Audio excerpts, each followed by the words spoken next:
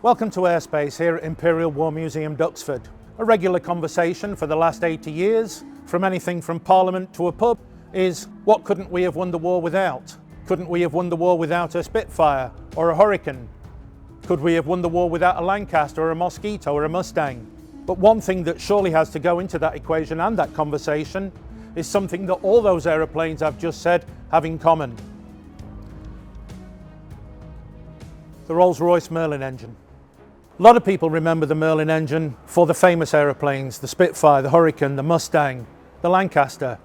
The Merlin was also used in aeroplanes like the Fairey Battle and the Boulton Paul Defiant. But in all its production life, over 50 different development types of the Merlin were produced. From the initial just over 1,000 horsepower to right at the end of the war, and a beautiful aeroplane, the Havilland Hornet, with a two-speed, two-stage and intercooled supercharged Merlin engine, giving 2,050 horsepower each, two of them.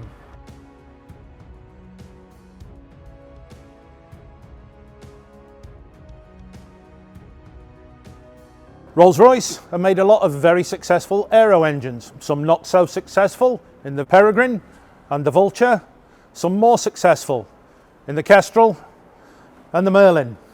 Rolls-Royce developed the engine from 1933 from an engine called the PV-12. Initially of about 900 to 990 horsepower on the bench, then in full production once made reliable in the Mark I Spitfire and the Hurricane with over 1,100 horsepower. The Merlin engine is a small engine. I won't say it's the Mini A series of the aviation world, it's 27 litres. For our friends across the pond, that's about 1,650, just less, cubic inches. Against a Daimler-Benz 601 from Germany at 39 litres and the BMW 801 series in the Focke-Wulf 190 at 42 litres, it's a very compact, small little engine. So with the help of the 100 octane fuel developed in the USA at the time, this little Merlin engine was fantastic for development. What about the Merlin engine? What was your opinion about that? That was marvelous. That was a wonderful piece of machinery. There's no doubt about it. It was the making of the Spitfire, and it was the making of the fact that the Rolls-Royce went on producing more and more power out of the Merlin. That's what enabled the Spitfire to be developed to the extent that it was. It was a very happy partnership between Rolls-Royce and Supermarines. As magnificent as the Rolls-Royce Merlin engine is, it did have a few flaws. Carburetor fed.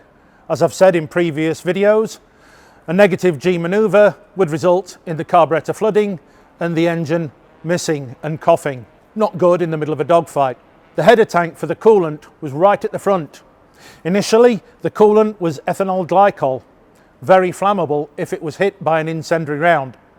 Later on, diluted and pressured, not so much of a problem, but initially quite a worry. There actually was a Spitfire that could perform a negative G dive, possibly only one though. The Germans got hold of one or two Spitfires and retrofitted it with the inverted Daimler-Benz engine with its fuel injection system. That aeroplane was tested and was proved to be quite manoeuvrable. Once a P-51 that became the Mustang had been fitted with the Rolls-Royce Merlin, the Allison engine, like I've said before, a very good strong engine, but getting a little bit asthmatic at high level.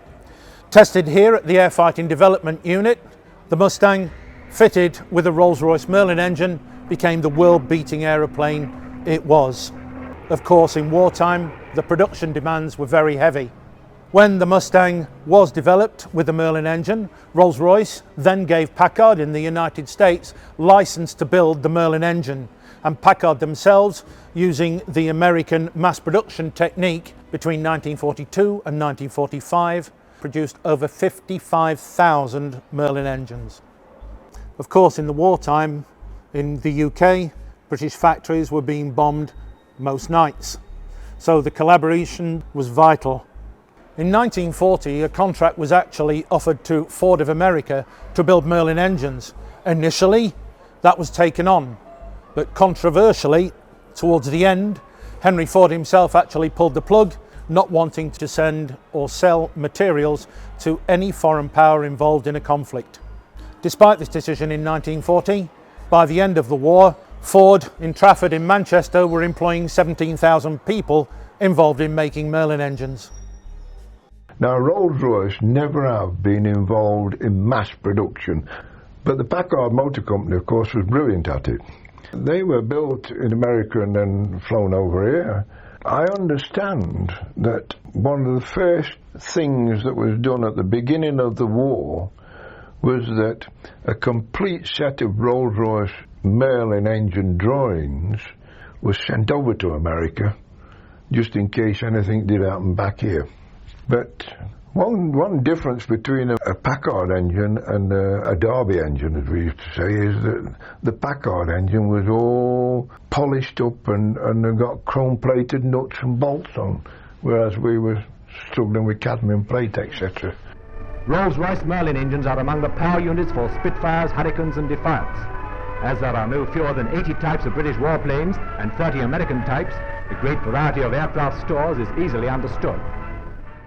By late 1942, mid-1943, Merlin engines were powering some of the most magnificent aeroplanes of the Second World War.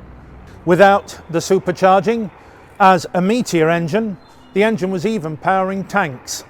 By the middle of the war, the demand for this magnificent engine was huge, obviously being now produced both sides of the Atlantic, Rolls-Royce in England, Ford in Trafford, Packard in the United States. By the end of the war, I personally was in charge of a test bench testing Merlin 66s and Merlin 72s that produced 1,875 horsepower.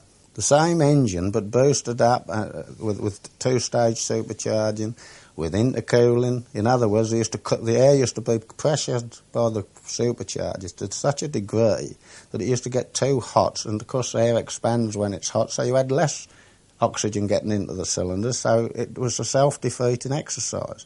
So they had to have huge intercoolers built all round the air ducts pumping into the engine, with radiators filled with ethylene glycol to cool the air down into the engines to get the power.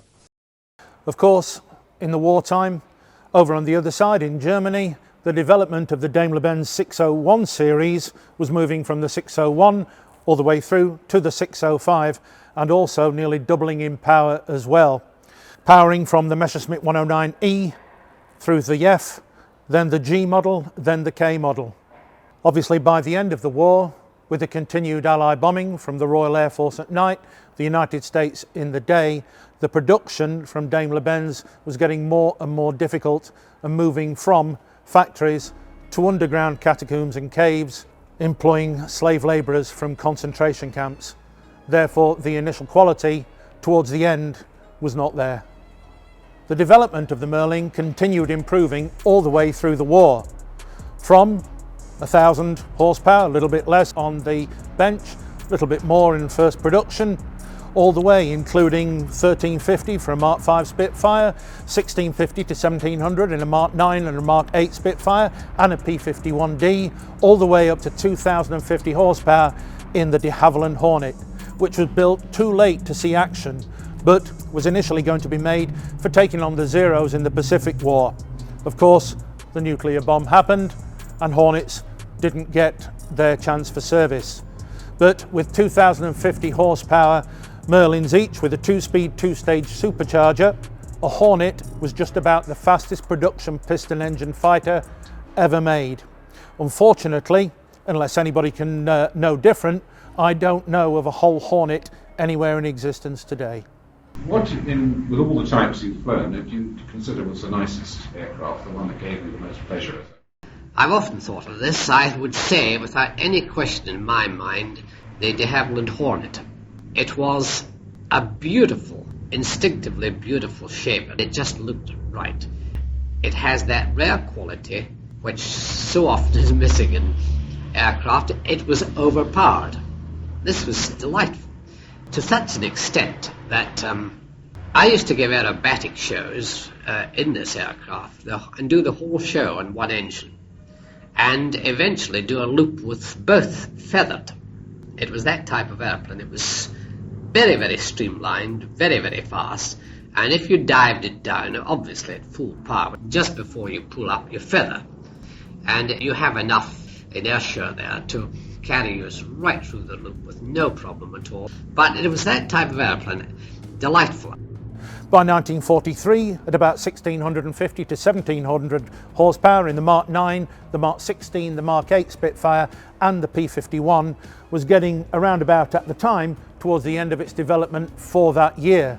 So Rolls-Royce took on the old Griffon engine, which at 36.9 litres is a good 10 litres bigger than the Merlin.